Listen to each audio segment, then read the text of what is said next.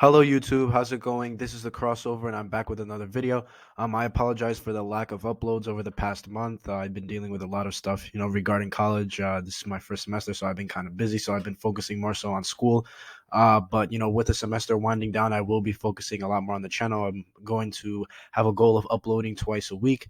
I'm going to be mixing it up between this type of video where I will be breaking down the most trending teams, right? I'll be picking 4 or 5 teams to talk about each week and discuss, their current situations, what's happening with them, why they're trending, and, where I see them going forward, in that particular week.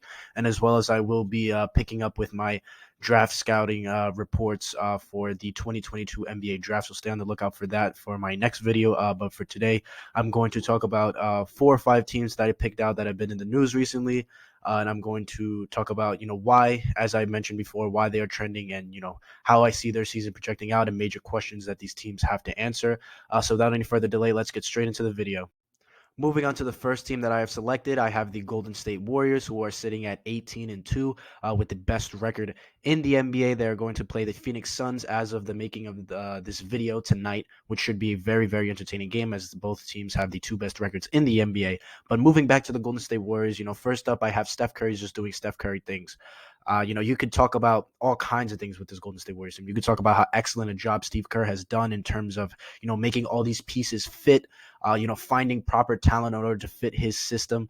And we've talked about this before in the past couple of videos where the difference between great coaches necessarily adapting their system to the players around them, while there you have certain other types of coaches who are, no, this is my system, right? I'm going to run my team a certain kind of way. Find me players that are going to fit that system, right?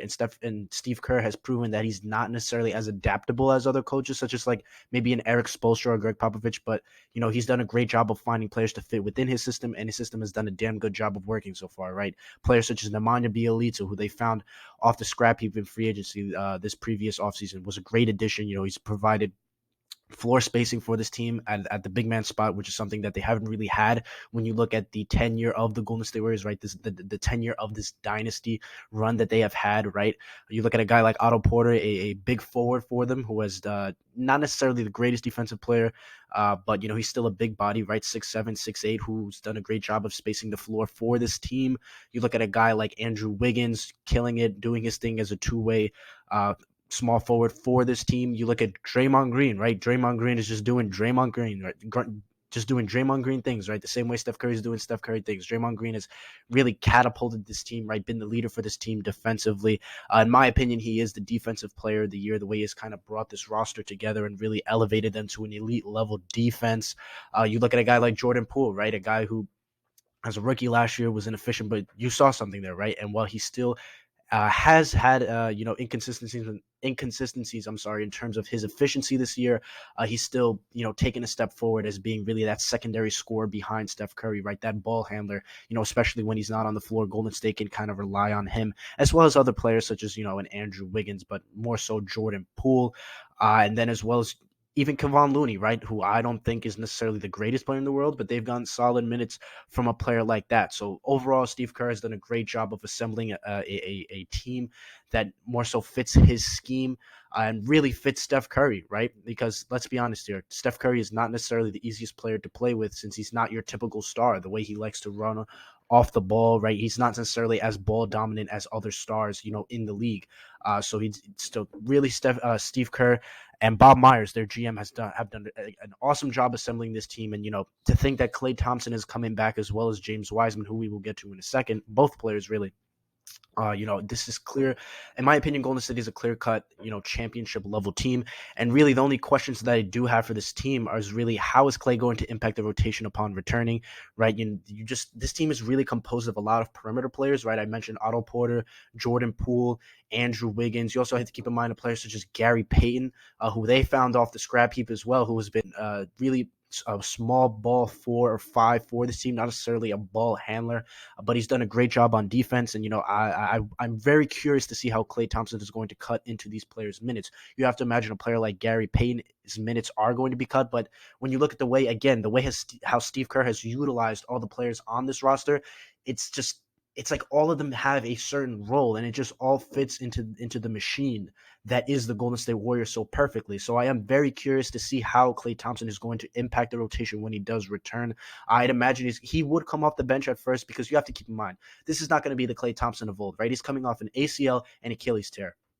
We just saw a player go through that similar injury history in Boogie Cousins, and look at where Boogie Cousins is at this point in his career, right? So Klay Thompson, I'm not necessarily saying that Klay Thompson is not going to be an NBA caliber or he's going to be out the NBA, nothing like that, because he's still going to be able to hopefully shoot at the same level that he did pre the injuries. But he hasn't played basketball in damn near almost 3 years now, right? 2.5 years. So, you don't expect Klay Thompson to be the same level player as he was before. So I expect him to come off the bench, maybe cut into a player like Gary Payton, maybe Otto Porter's minutes, and slowly be eased back into the lineup. And then finally, my only point is really with this team, should they trade James Wiseman, right? He's coming off a torn meniscus.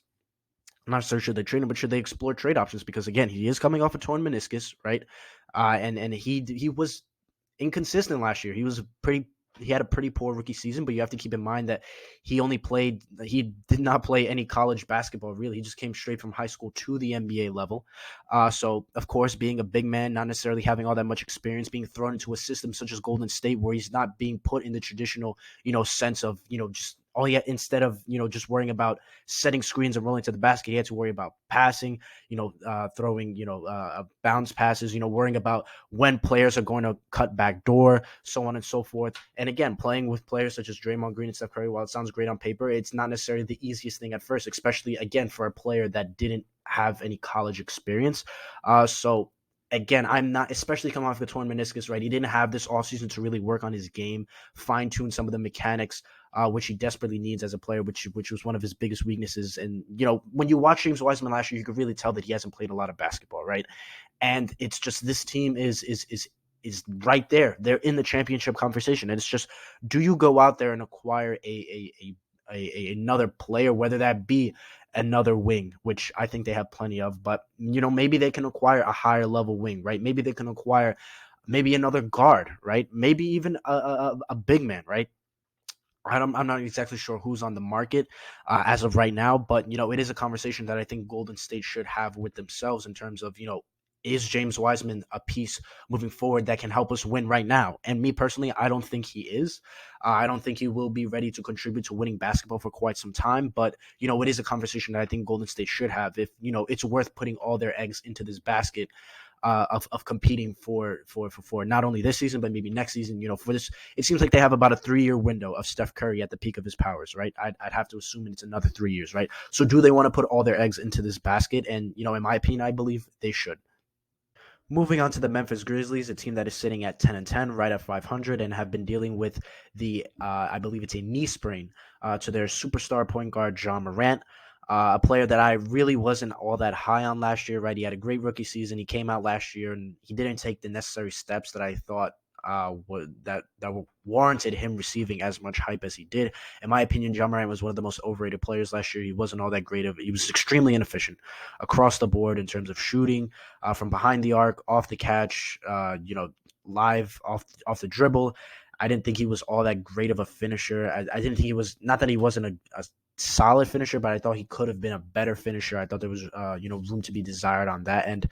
And I didn't think, the assist numbers were there, but I didn't think he was necessarily like the best of playmakers last year. And he's always been a pretty poor defender. So I thought he was pretty overrated last year, but this season he's definitely proved to be wrong. I expected him to take, a step forward, right? He just had a sophomore slump season. He also had some injury concerns last year, but this season he's taken a huge step forward, right, in terms of across the board. Offensively at least, I think he's been a much better playmaker. And while the numbers are down, I think the way in which he is creating shots for his teammates, I think, has improved. He's done a much better job this year of realizing, okay, nobody can stop me. I'm going to get downhill, and he just puts so much pressure on the defense that he opens up shots for the shooters on his team. And the Memphis Grizzlies as an organization have done a great job of surrounding John Morant, recognizing the strengths in his game, and have surrounded him with a bunch of shooters, whether that be DeAnthony Melton, Desmond Bane, Jaren Jackson Jr., across the board, this team is just filled with shooters.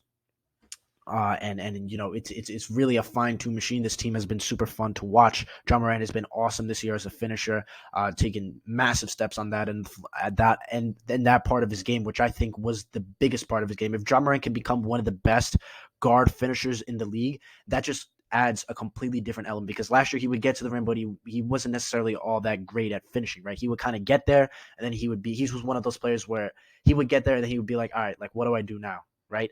And I think he's really learned how to control, his athleticism at the rim and finish. And you've seen all the highlights, right? You've seen all the highlights of John Morant with these crazy finishes, and that's just him learning how to finish, at the NBA level. I think he's taken strides as a shooter. I don't think his form is all that great in my opinion. It's kind of ugly, but it gets the job done. And he's improved with his efficiency both on and off the ball as a shooter from all three levels. And the free throw numbers, I would like to see those continue to improve, but I think that's much more of a long-term thing with him. However, with him being hurt, John Morant is the heart and soul of this team, right? As much as I love the role players surrounding, not surrounding, really surrounding him on this team, John Morant is the heart of this team, right? And you see that even when he was playing, there were multiple games where John Morant would put this team ahead, right? Tyus Jones would come in. No disrespect to Tyus Jones, who is a solid role player, right? Is a decent shooter, pretty solid backup point guard, but he's no John Morant, right? He's not the shot creator that John Morant is. This team just lacks shot creation outside of John Morant, right?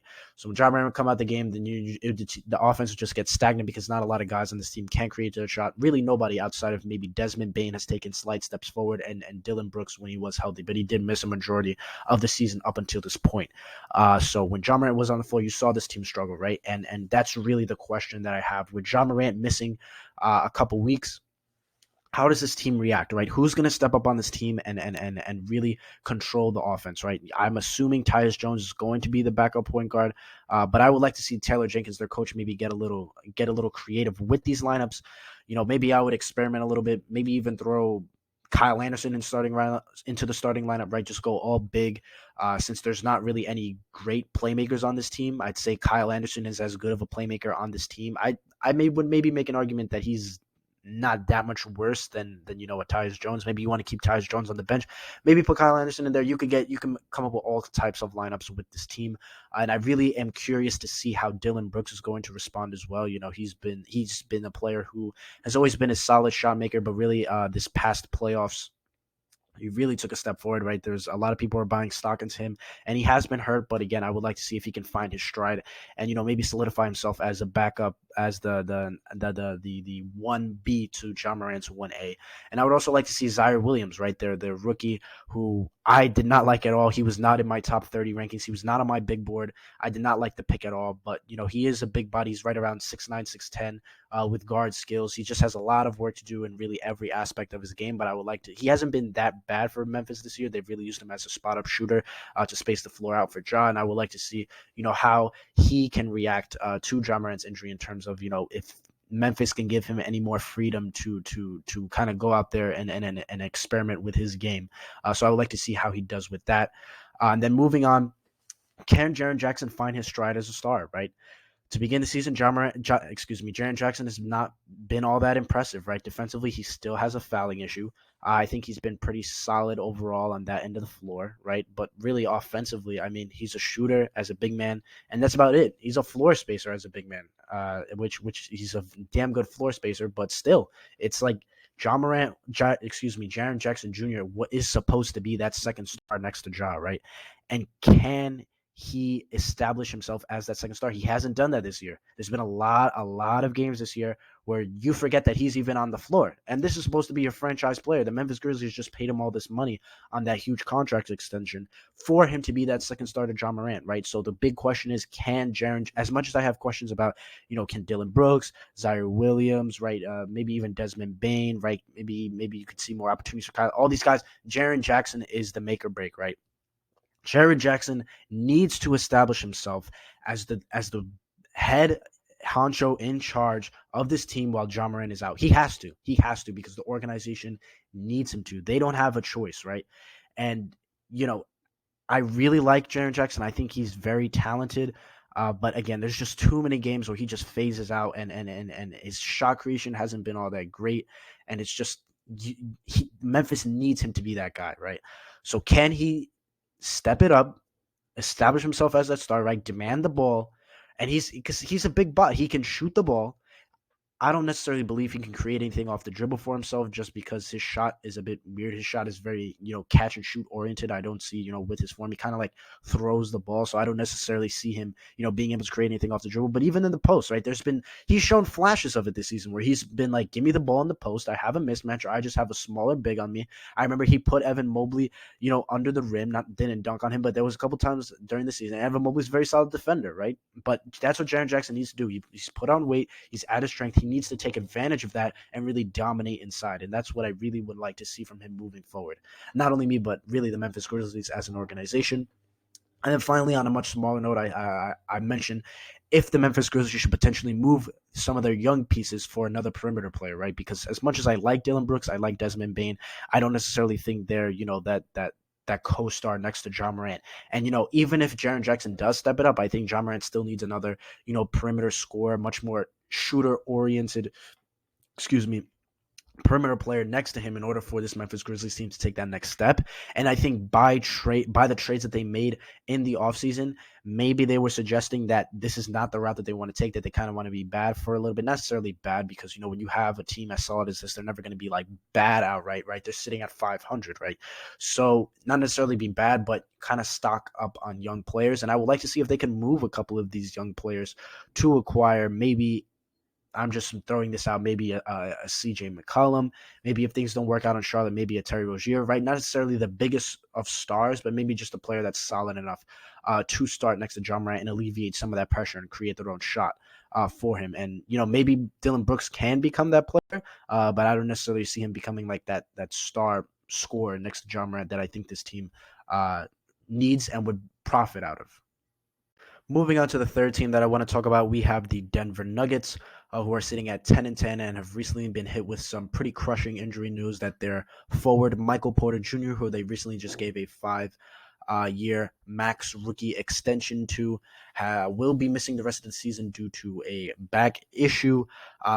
Before the season, I had projected him to be I picked him to be in my top 3 finalists for the most improved player of the year, right? He was just poised to break out this season, especially given the fact that Jamal Murray was going to miss a significant portion, if not all of this current season. I thought he would get all those shots, and, the shot taking hasn't necessarily been the issue for Michael Porter Jr. It's just been, he just hasn't looked good, right? He just hasn't looked good, and you could just tell by watching him that he was slower. He just didn't seem to be all there, right? It just wasn't there. Something was wrong. Just by watching him, you could tell that something was wrong, right? And this is pretty crushing news for this Denver Nuggets team, who they have an all-time great in Nikola Jokic, right? I believe that even the oldest of old heads will, simultaneously agree that Nikola Jokic is going to go down as one of the best players in NBA history. Whether he's top 20, top 30, whatever, he's going to be in that list, right? And this is the key years of his prime that are just being wasted away, right? Last season, they had a shot to make the finals. I personally didn't believe they had a shot to make the finals just because of their lack of perimeter defense, especially in the Western Conference, where they would have ran into the buzzsaw that was the LA Clippers if they were healthy, or even the Phoenix Suns, right? They would have had no shot against the Phoenix Suns even if they were healthy, because who the hell is guarding Devin Booker and Chris Paul, right? 5'9", Facundo Campazzo, or Jamal Murray, who's not a good defender, or Monte Morris, who's a terrible defender, right? They don't have no perimeter defense, which I think is a major issue that they have to address this offseason. If given, hopefully, if Michael Porter Jr. and Jamal Murray are healthy and they're going to be contenders again. But this is a huge blow for the Denver Nuggets, given the fact that, again, Nikola Jokic is an all-time great, and these are just prime years of his 2 years of his prime, MVP caliber years that are just being wasted away. And I feel bad for not only the Nuggets, but, Jokic too, because there's nothing they could do about this, right? It's the injuries aren't in their control, right? So I feel extremely bad for them. And, given the fact that Michael Porter Jr. will be out for the season, and, given the fact that this was really supposed to be the season with Jamal Murray out, that he takes that step, right? So given the fact that they really don't have anything else to look forward to except for really Nikola Jokic and except for a couple other players that we will get to, should the Nuggets be buyers, right? Should they stock up on good hidden not necessarily the best of talent, but quality rotation players, at the deadline moving forward, in order to have them on the roster in terms of, okay, now we've added some solid pieces, right? And then when Jamal Murray and Michael Porter Jr. do come back next season, maybe now we're a better team than we were when they were healthy. Again, we still have to see how both players are going to look when they're healthy, but hopefully they could look to potentially acquire, maybe some perimeter defenders, as I previously mentioned, to help out their team when they are healthy. But again, it's just a tough situation, and it's just, even if they do that, I could see them going the other way, right? Where my next point is, with all their injuries, could they just give their minutes to their young players, right? I drafted Nashawn Highland, Bones Highland, a guard out of VCU, right? A guy who I viewed very highly, was a top 20 player for me. Again, I compared him to a bigger, lankier Emmanuel Quickly, but I felt like he was much more shiftier than Emmanuel Quickly, right? I think he's going to be better than Emmanuel Quickly, and that's coming from a diehard Knicks fan, right? So, I love Emmanuel Quickly, but I viewed Bones Highland as a better version of that mold of player. And he's been very impressive this year in the minutes that he has gotten. He's been a bucket getter for this Denver Nuggets team, and I expect him to continue to grow and be a core piece of this team moving forward. However, a thing that I noted when the Denver Nuggets did draft Bones Highland is that, again, their perimeter defense is such a glaring weakness on this roster, and Bones Highland is not going to contribute to that, right? They have a lot of perimeter scoring, and while scoring is great, you can never have enough of it in certain aspects. But I felt like defense was something that they really needed to address in the draft. And as much as I love Bones Highland, I don't think they necessarily did that. But again, you can't complain because Bones Highland has been terrific for them this year.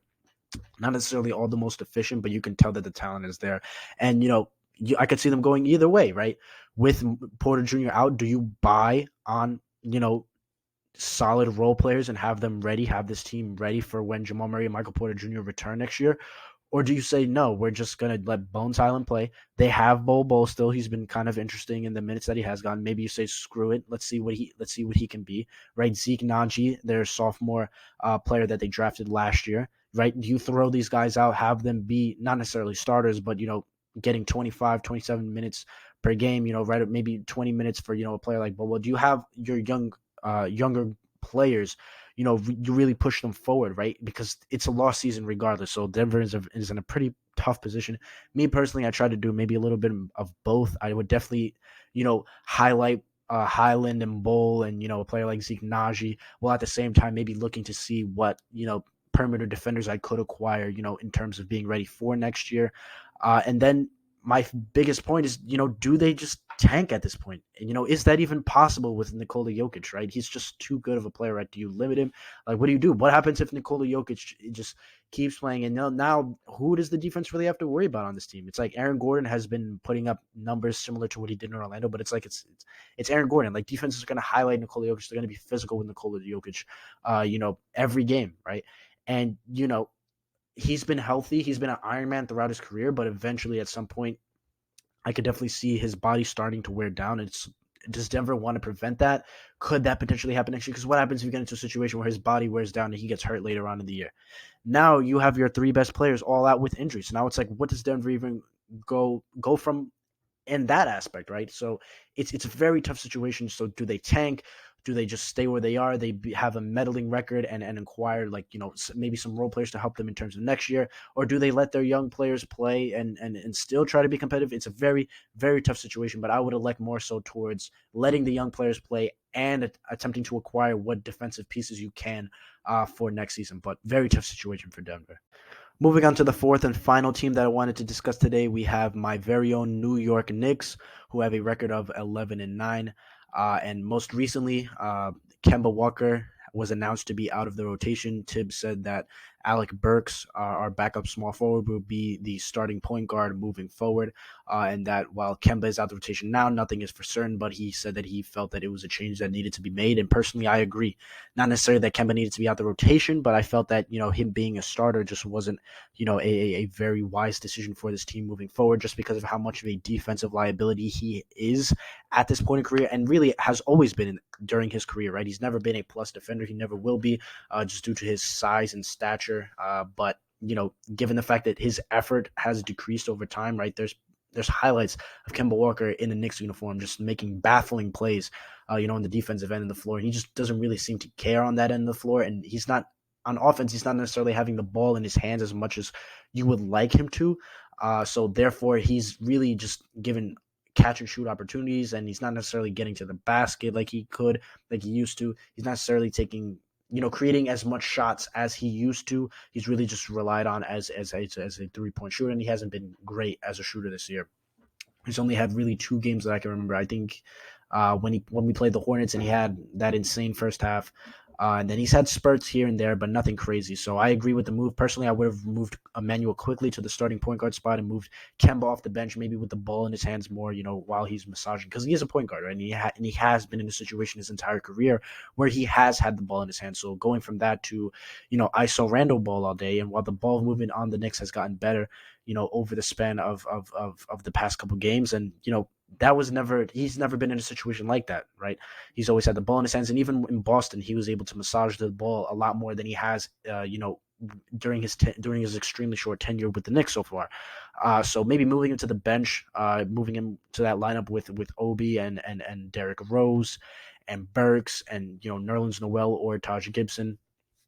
I think that would maybe be best for Kemba Walker, but for him to be completely out of the rotation really just shows you how much he's fallen since even 2 years ago. I remember 2019, 2018 when he was an All-Star, averaging 26 points with the Hornets, and it's kind of sad to see where his career has gone in such a short amount of time. But hopefully, I don't see Alec Burks being the point guard for the Knicks long term, even in this season. By long term, I'm specifically talking about for the remainder 60 games of the season, right? I just don't think that's a winnable formula for this team. I would much rather see Emmanuel quickly get the job, who I think a big issue with this Knicks team is that, I think a large part of it does fall in Randall, but I feel like the starters, they just lack energy. They just lack energy. You could see it. You can feel it. You don't even have to necessarily know about basketball. Like, I've had family members I'm watching the Knicks game, right, taking my notes, whatever, and I've had family members be like, ugh, like it's just, ugh, it just feels just bleak. And then the bench unit comes in with Obi and Quickly and Alec Burks and D Rose, and you just feel life. They just bring in energy, right? Even a player like Quentin Grimes, first round pick, who I think it's a bit weird that, our back-to-back year first round picks, Quentin Grimes and Obi Toppin, have both kind of struggled in their rookie years with confidence. Maybe that's just a typical thing. I don't know, but I find it a bit weird. But even Quentin Grimes, struggling with his shot so far. He's been struggling to know when to shoot, when to move the ball, right? He's been kind of hesitant on shots. He's taking the shots that he should take and taking some shots that he shouldn't take. But I feel like the shots will fall. He has an NBA-ready body, and I think he's going to project as a very good role player moving forward for this Knicks team, and I'm very happy to have him on this roster. I think he fits like a glove. If you've watched the Knicks, you would know that, right? And Grimes, right? When his shot's not falling, he's done a great job on the defensive end of just bringing effort, sticking to whoever's guarding. Even if they make a shot, he's making it hard on them, and you could tell that he's out there getting effort. Obi running the floor, diving diving for loose balls, grabbing boards, catching alley-oops, right? Bringing life, giving effort to this team, right? And even quickly, I'm not the biggest Quickly fan, but even then, he's just always bringing effort to the court, right? He's always trying to make that play, right? Every time he hits a shot, it feels like it's a big shot. It gives us momentum. That's just kind of the player that he is, right? And I would love to see one of these bench pieces be injected into the starting lineup, but I don't think Burks is the correct one just because he's not a guard. I would love to see Quickly get that opportunity as the starting point guard of the Knicks and really try to bring some life to the starting lineup, right? And really have him give the point guards the ball when Randall is on the floor, right? I am tired of this Randall ISO ball, and Randall has been moving the ball a lot more as of late, but it's just painful to watch. He takes shots that he shouldn't be taking. He keeps doing that. He'll take 1-2 dribbles in the post, then he'll spin around to like his right hand where he's like posting up. He's posting up, and then he'll turn off his left shoulder, and then he's right there, and then he'll like fade away, try to hit something, try to get like a foul call, right? Lean into the defender off his left shoulder, and then fade away, and then he'll airball the shot. It's just it's bad basketball. It's bad basketball. It's painful to watch, quite honestly, and it's just bad. It's just very bad so far with Randall. And I understand that it's early in the season. You added Kemba, you added Evan Fournier, but still, there's no excuse for his play being this poor. And that was a big, big point that I emphasized coming into the season, right? I emphasized, can Randall produce at the same level, right? I made a video. For those of you guys that know, I made a video prior to the season projecting the next season. And one of my big questions can Randall produce at the same level, at the same rate and same efficiency that he did last year? Because really last year was a career year for him. And I don't think he'll ever top last year in terms of both counting stats and efficiency wise. I just don't think that's going to happen, but he needs to be more efficient than what he has been this year. And hopefully he can do it. I feel like he has the talent to do it. I think he is in his head a little bit. And I think he just needs to let the game come naturally to him. And I think a big part of it is on Tibbs to be like, no, like, Randall should not be handling the ball, period. Randall should not be handling the ball. It should be on the duty of the guards. Whether you want it to be Alec Burks, Emmanuel Quickly, Derrick Rose, whoever you want it to be, let them handle the ball. Personally, I feel like it should be Quickly. I feel like Quickly will step up. I feel like we will see a Quickly emergence in terms of him handling the ball. I think he's developed as a playmaker. You've seen it in flashes this season, as well as in the summer league as well. And I think he's going to have a breakout season now that Kemba's out the rotation as for the foreseeable future. But Randall just has to be better. And another big thing is, if these starters continue to struggle, are you going to see players, the young guys like Obi Toppin or Quentin Grimes, maybe even Miles McBride, who's in the G League, a player that I really liked, who's shown good signs when he has gotten minutes so far, right? Granted, he has only gotten minutes in garbage time, but still, right? Are these players going to get more minutes? RJ Barrett has been very disappointing this year. A lot of people, I remember I stated in the beginning of the season, I was like, Tyler Hero is going to break out and he's going to be better than RJ Barrett. And I remember I had a lot of Knicks fans coming at me being like, oh, you know what you're talking about? RJ Barrett doesn't get shots. Tyler Hero is asked to create shots, this and that. I'm like, look, it doesn't matter. I don't care how many shots. I don't care that RJ Barrett doesn't get featured, right? Featured in the offense like a player like Tyler Hero, right? But at the end of the day, you have to make do with what you have. And RJ Barrett is not making do with what he has. He's not finished. He hasn't improved as a finisher at the basket, which was supposed to be one of his strengths coming into the NBA. With his size and strength as at that shooting guard position, he should be a much better finisher than what he is. He's taken a step back shooting from behind the arc. Everybody coming into the year, he's going to be a 40% three-point shooter. I'm sorry, but with RJ Barrett's form, in my opinion, I was like, he's not going to shoot as good as he did last year. It's just not going to happen when you have a shot with as egregious of hitches as RJ Barrett has. Was he a good shooter last year? No doubt.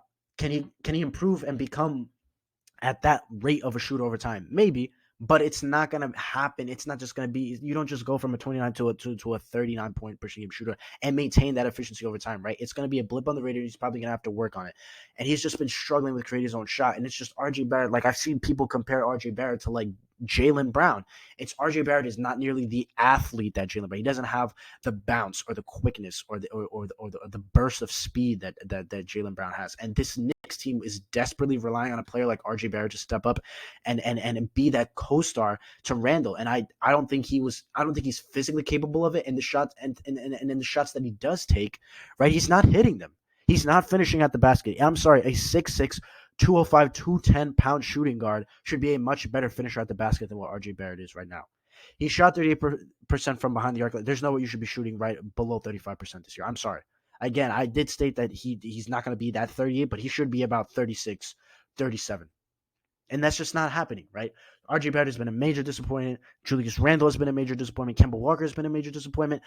Evan Fournier has been a major disappointment. And I understand, right? For that level of score, 17, 18 million is warranted, right? Your Tim Hardaway Jr.'s, your Evan Fournier's, even your Terry Rozier's. Terry Rozier is better than those guys, but that's the kind of money that those players are going to warrant.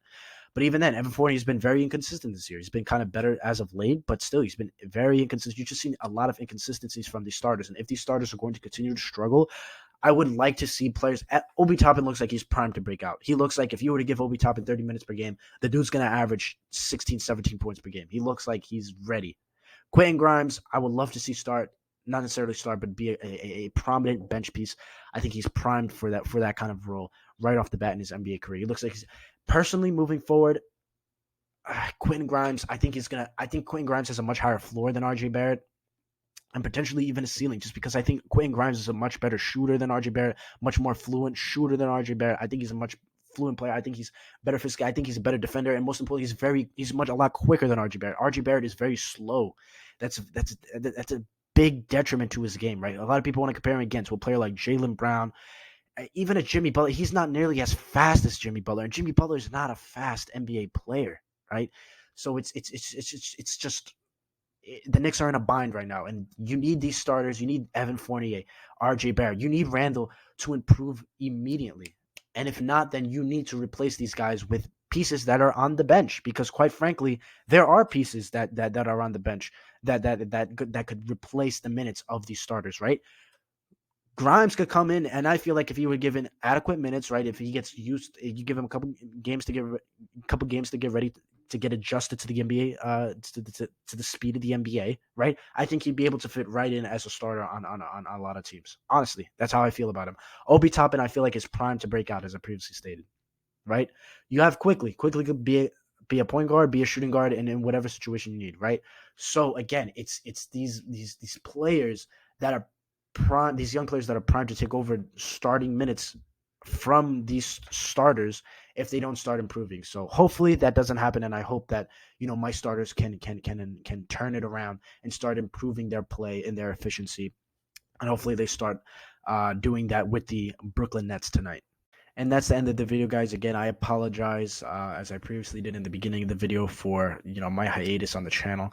Again, I was just busy with college stuff. Again, as I stated, it is my first semester, so I've been kind of just getting used to everything. And with finals coming up, and I had a lot of assignments to finish, so I was just really focused on school for the past month. But again, I'm going to be putting a lot more content out on this channel. This is going to be a series that I would like to do, once a week, where again I talk about two, three, four, five teams, however many teams I feel are necessary to talk about, in during that week, that have been trending, and I'll talk about again how they're doing, questions that I have for them, or where I see them going forward, for this season, right? The same way that I did this video. And then again, I'm going to be starting up again my scouting videos for this 2022 draft class.